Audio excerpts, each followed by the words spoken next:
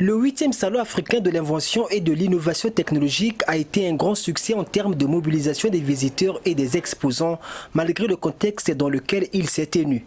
Le gouvernement congolais et l'OAPI, respectivement partenaires et organisatrices de cet événement du savoir africain, ont reconnu les mérites de cette édition au cours de la conférence de presse animée juste après la fermeture de ce salon. Pour ce salon, nous pouvons dire que les 3 défis qui sont 1. Accompagner les inventeurs et les innovateurs dans l'expression de leur génie créateur. Ensuite, faire développer de nouvelles stratégies conduisant à la mise en place d'un fonds d'aide destiné aux inventeurs et innovateurs.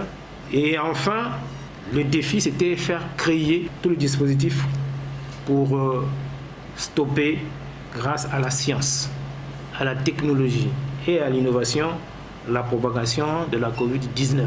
L'OAPI a donné les statistiques en termes d'engouement, mais elle a été incapable de le faire pour ce qui concerne les investisseurs ayant visité le salon, l'une des questions qui pourtant a préoccupé la presse. Les hommes des médias se sont également interrogés sur le problème d'accompagnement des investisseurs et innovateurs congolais par le gouvernement. Sur cette question, Koussouma Vungu est clair, l'État ne peut pas accompagner des fantômes. Oui, on doit accompagner, mais il faut accompagner ce que vous voyez.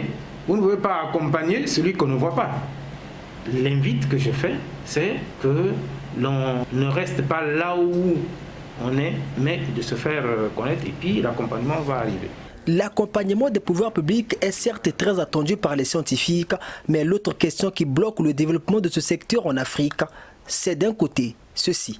Nous avons les technologies propres à nous. Qui doit homologuer? C'est nous les Africains qui devons homologuer nos outils. Nous devons avoir nos propres systèmes d'homologation uniformes à l'Afrique. Aux côtés de l'homologation où l'Union européenne impose sa loi même en Afrique, la question de la norme est aussi celle qui fait marginaliser le continent. À en croire l'OAPI sur ces sujets, les Africains doivent être à la fois décomplexés et originels. En matière d'invention, il y a 3 conditions. D'abord, l'invention, ce que vous pensez avoir trouvé, doit être nouvelle. La deuxième chose, est-ce que ça relève d'une activité inventive? Et dernière chose qui est importante, est-ce que c'est d'application industrielle? Est-ce que ça correspond aux besoins? On a parlé du Sakasaka, est-ce que ça correspond aux besoins des Congolais? Le défi s'avère donc énorme pour les amoureux de la technologie africaine. S'épanouir dans un domaine où la concurrence est permanente, cela signifie que l'OAPI, en tant qu'instrument de gouvernement, doit repenser le SAIT pour en faire un véritable lieu de rencontre entre besoins et solutions.